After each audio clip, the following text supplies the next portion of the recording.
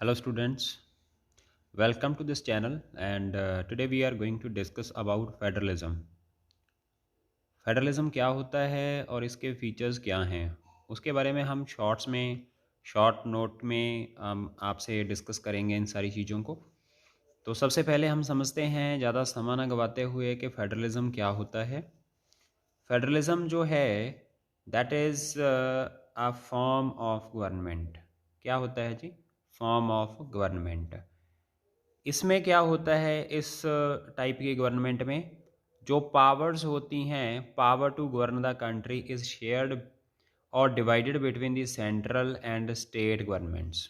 जो नीचे वाली गवर्नमेंट होती हैं उनके साथ में जो सेंट्रल गवर्नमेंट होती है वो सारी जो पावर्स होती हैं उनमें से उनको डिवाइड करके चलती है।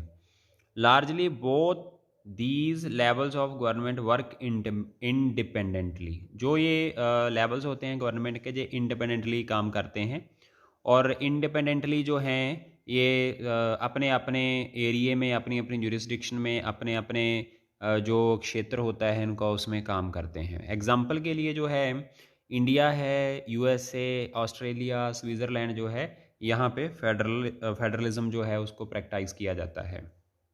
आगे अगर बात करें, in contrast to federalism there also exists a unitary form of government.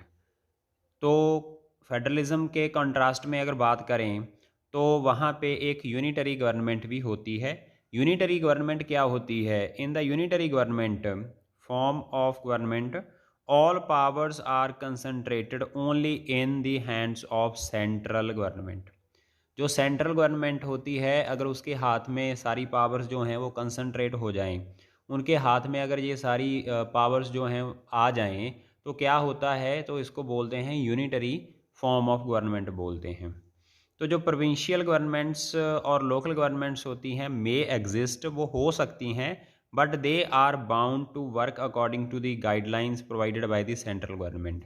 तो जो उनको सेंट्रल गवर्नमेंट बोलेगी तो उनको वही करना पड़ेगा। बेशक वहाँ पे प्रोविंशियल या लोकल गवर्नमेंट जिसको आप बोल सकते हैं वो हों, लेकिन उनको काम सेंट्रल गवर्नमेंट के अकॉर्डिंग ही करना पड़ेगा। तो ये एग्ज़ाम्पल आपको ग्रेट ब्रिटेन में, श्रीलंका में, नॉर्थ कोरिया में मिल जाएगी। तो ये वहाँ पे ऐसी जो यूनिटरी गवर्नमेंट होती है वो चलती है। ठीक है, तो आगे हम बात करते हैं main features of federalism. Federalism के जो मेन फीचर्स होते हैं, उससे पहले मैं आपको बता देना चाहूँगा कि हमारी एक ऐप है, तेज एजुकेयर ऐप, प्ले स्टोर में आपको मिल जाएगी। तो उसका लिंक भी आपको हम डिस्क्रिप्शन बॉक्स में दे देंगे, वहाँ से भी आप उसको डाउनलोड कर सकते हैं। उस ऐप में आपको इन सभी चैप्टर्स के, आपके पूरे सिलेबस के नोट्स, शॉर्ट नोट्स जैसे कि आप इस वीडियो में पढ़ रहे हैं, ये सारे मिल सकते हैं आपको। और उसके बाद अगर बात करें, आपके प्रीवियस ईयर क्वेश्चन पेपर्स जो हैं वो आपको मिल जाएंगे वहाँ पे, फ्री ऑफ कॉस्ट पड़े हैं। और आपको सैम्पल क्वेश्चन आंसर्स जो हैं वो सारे मिल सकते हैं।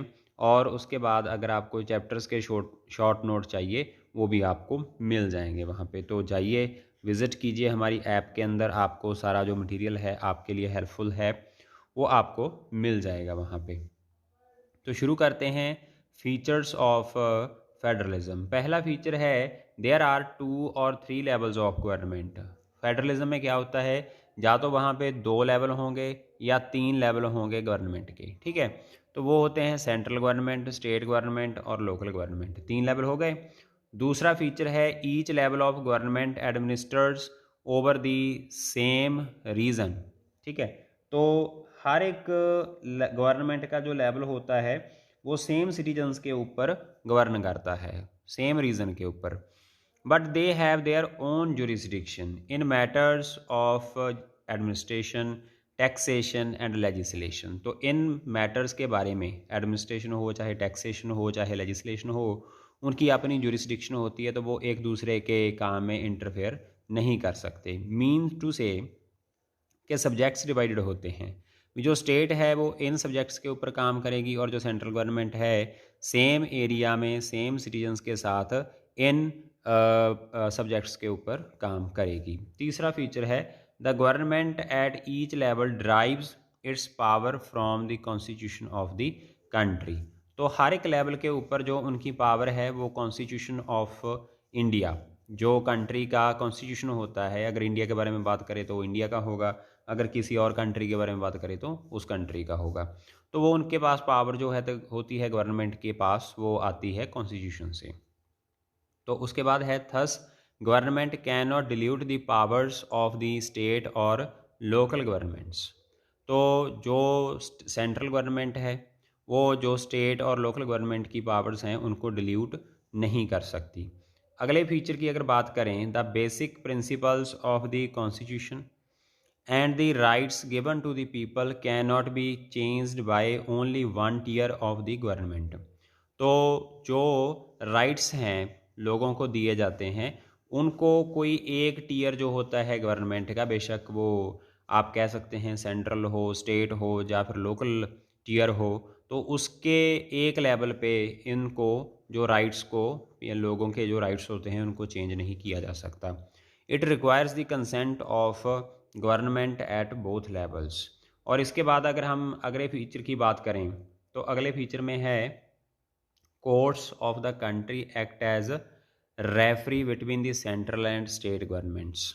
जो सेंट्रल और स्टेट गवर्नमेंट्स होती हैं उनके बीच में जो कोर्ट्स होती हैं वो एज ए रेफरी काम करती हैं। इफ़ एनी डिस्प्यूट अराइजेस, अगर उनके बीच कोई डिस्प्यूट खड़ा हो जाता है तो वो जो जुडिशरी होती है, जो कोर्ट्स होती हैं, तो उनके बीच में साझे तौर पे काम करती हैं। अगला फीचर जो है वो है both levels of government can collect taxes from the people according to the guidelines of the constitution. तो कॉन्स्टिट्यूशन की गाइडलाइंस के अकॉर्डिंग जो है लोगों से जो टैक्सेस हैं उनको कलेक्ट कर सकती है। अगली अगर बात करें, federalism thus not only safeguards the unity of the nation but also maintains the regional and linguistic diversities of the people. तो जो फेडरलिज्म है वो सिर्फ लोगों कंट्री की यूनिटी को ही नहीं सेफ गार्ड करता, और लोगों के जो रीजनल एंड लिंग्विस्टिक डाइवर्सिटीज़ हैं उनको भी वो मेंटेन करके रखते हैं। उसके बाद अगर बात करें आगे है, it is to be noticed that both levels of government should agree to rules of the power and trust each other. तो जो बहुत ज़्यादा ज़रूरी होता है ये जो गवर्नमेंट के लेवल्स होते हैं उनके बीच में जो रूल्स हैं पावर के और पावर शेयरिंग के, वो एक ट्रस्ट के ऊपर खड़े रहते हैं। ठीक है।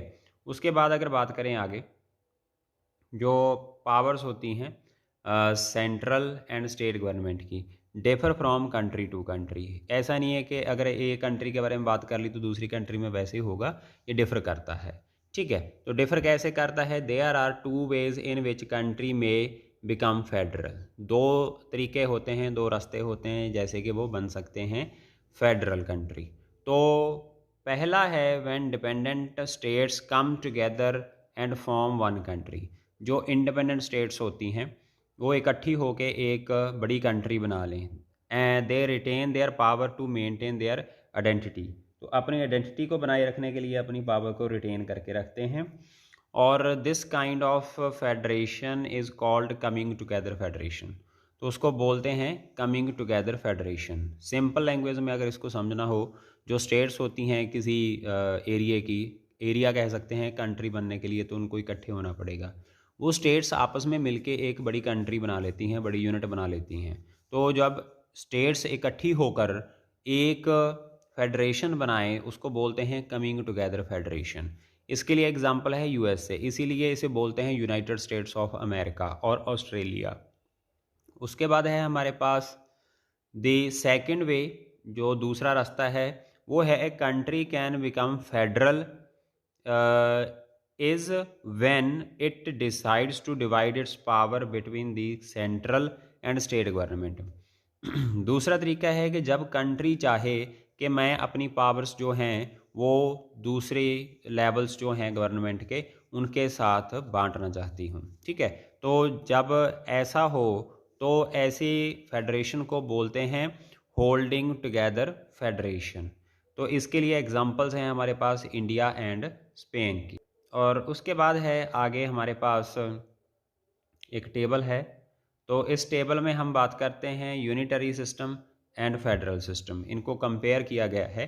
तो कंपैरिजन है, there is only one level of government और the sub units are subordinate to central government.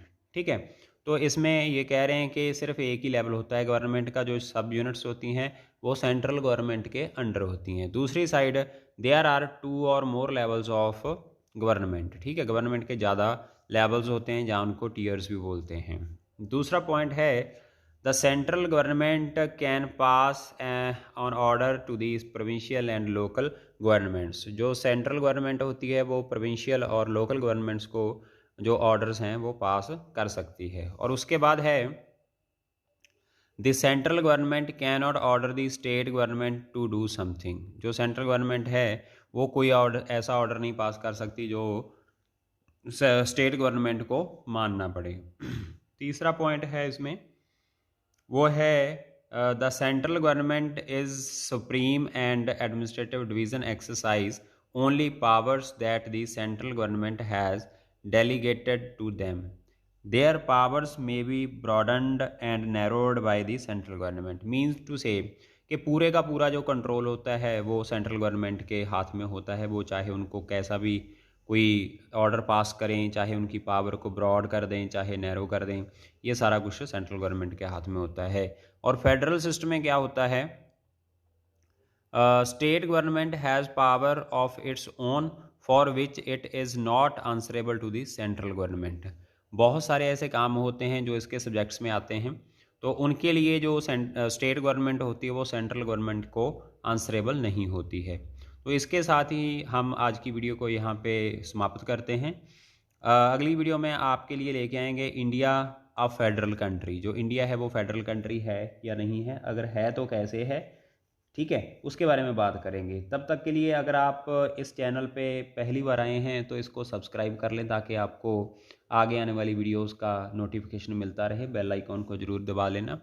और ऐप आपको बोला है वो आप डाउनलोड कर सकते हैं, वहाँ पे आपको बहुत सारा मटेरियल जो आपके लिए 2023 में हेल्पफुल रहेगा। Thank you.